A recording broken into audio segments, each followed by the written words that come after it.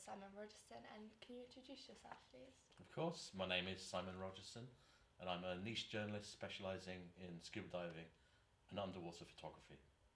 Okay, thank you. So do you think anyone has the choice of becoming an addict, or it's just something that just happens? Well, I think that there are a number of steps that people take on the way to reaching that level of addiction to drugs.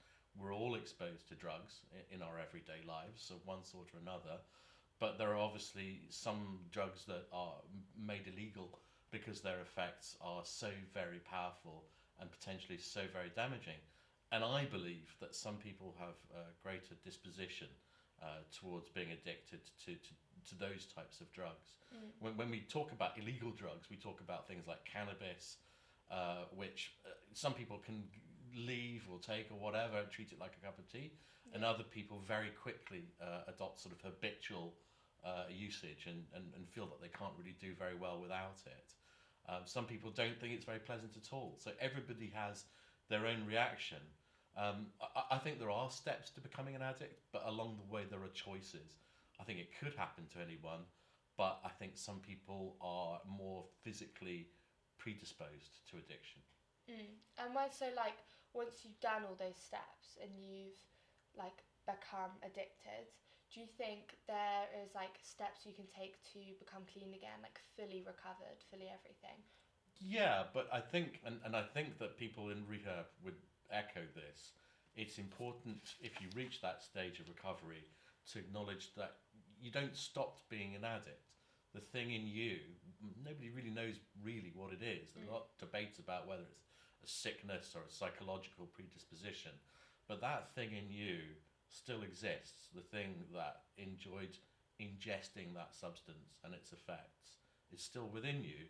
So you have to embrace it at that point. You have to treat it as part of your identity and say, I am a drug addict, but I don't use drugs because I know that I have that addictive sort of personality. And I think to become a drug addict, you be using it constantly, and then from be using it constantly, you need to use it for the first time. And so, what do you think like the main reason that people will like try it out or like start using it often is? Well, I suppose normalization and peer pressure. If everybody around you is, say for the sake of example, smoking tobacco, cigarettes, which we know are hugely damaging, and I think if we knew everything that we know about tobacco now, it would be illegal because it kills people. It just takes a long time to do it. So if we knew all that, then it would be easier to sort of work out what you should prohibit and what you shouldn't. But I think I'm straying from your question. Would you mind repeating it? I was just saying, what's like the main reason do you think for becoming addicted? Like, Yeah, is there I something? think it's normalization and peer pressure. If everybody's doing it and they are apparently young, healthy, and cool, then you think, well, why shouldn't I do it? Am I missing out on something? But you don't get to see the long-term consequences, or even short-term. People can die on their first and second time Yeah. taking a drug like heroin, for instance. It's a very extreme drug.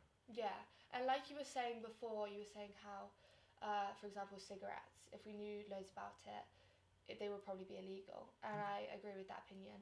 But do you think there's something that maybe like the government or like changing the law can do to like help or prevent this a little bit more? Well, I think as your generation of kind of voters to be are discovering, the wheels of government move really slowly, and they're affected by a lot of financial considerations, and the American government is as well. But what's interesting about America is they have state law, so each Yeah. big county or state in America can decide their own drug law, and they decided to make cannabis a legal thing because they couldn't see how the legal systems in America could prevent the spread of cannabis. It had normalized to such an extent that it just became, and was actually not as damaging per se as tobacco, depending on how you ingest it. If you take it in a pill or an oil form, there's no form of burning.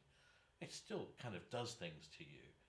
So the jury's out on long-term damage and psychological damage that it can do, because if you take too much of anything, it can be very bad for you. But our government is slower to sort of react to changes in belief about drugs. And there is money in the tobacco industry. There's a lot of powerful lobbying forces around them, which is why it's still available. You were saying how, like, not only was it, like, it's, like, physically damaging, it's emotionally damaging as well.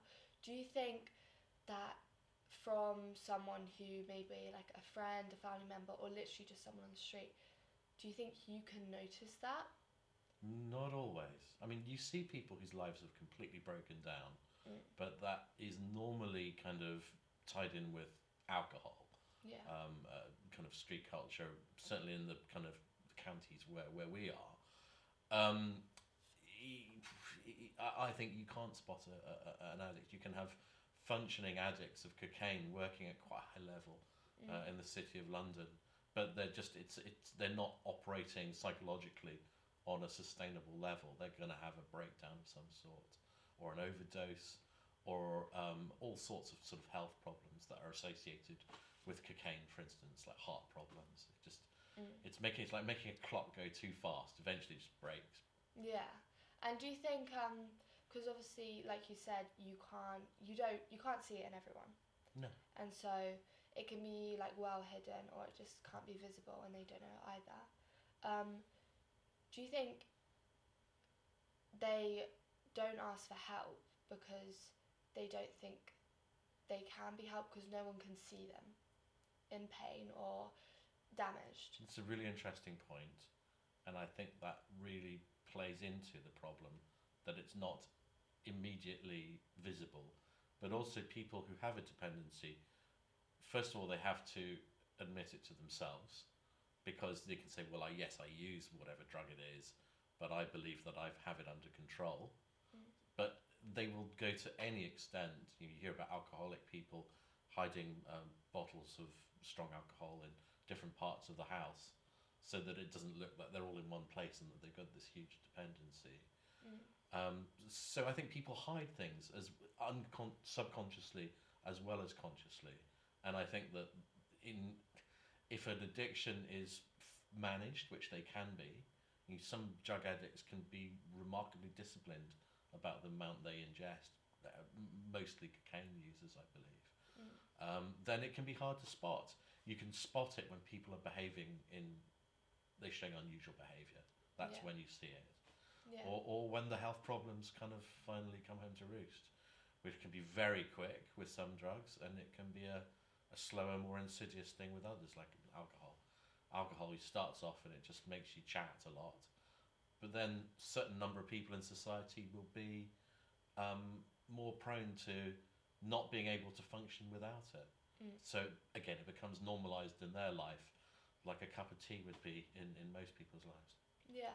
And do you think someone, like, if they wanted to ask for help, do you think one of the reasons why they might not is because they don't know what you can do to help? Because they don't know maybe like rehab centres or something, they like exist or they're good? I'm fairly sure that people who are actively and enthusiastically taking drugs would look down culturally on rehab centres as kind of the other side, something they'd never consider. So part of dealing with these guys, and they also know that it's not going to be easy. It's not going to be easy if you're taking an addictive narcotic substance and have been for a long time, to stop A, the habit, and B, the physical kind of need for the habit.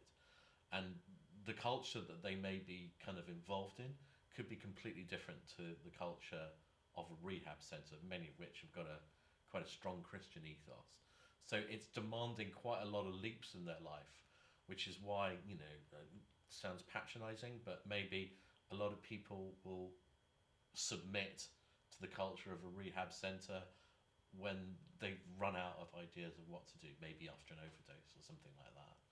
But I think they have to be ready to take that step and commit to something as big as rehabilitation.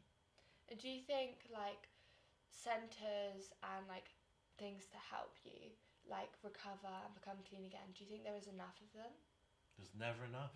I mean, we've seen through countless news reports that people fall prey to the power that drugs can exert over us. and places in rehab centres, places in counselling centres are few and far between. You're lucky to get onto them. I know this through anecdotal witness of people I know who've suffered sort of drug and alcohol problems, and they will all tell you that it's not easy to get a place because it's expensive. That level of care is intensive, demanding. You need good professionals to administer it, and if it's not done properly, people can die. So,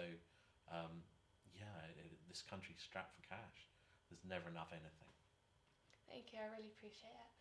And that is an interview from Simon Rogerson on drugs and alcohol.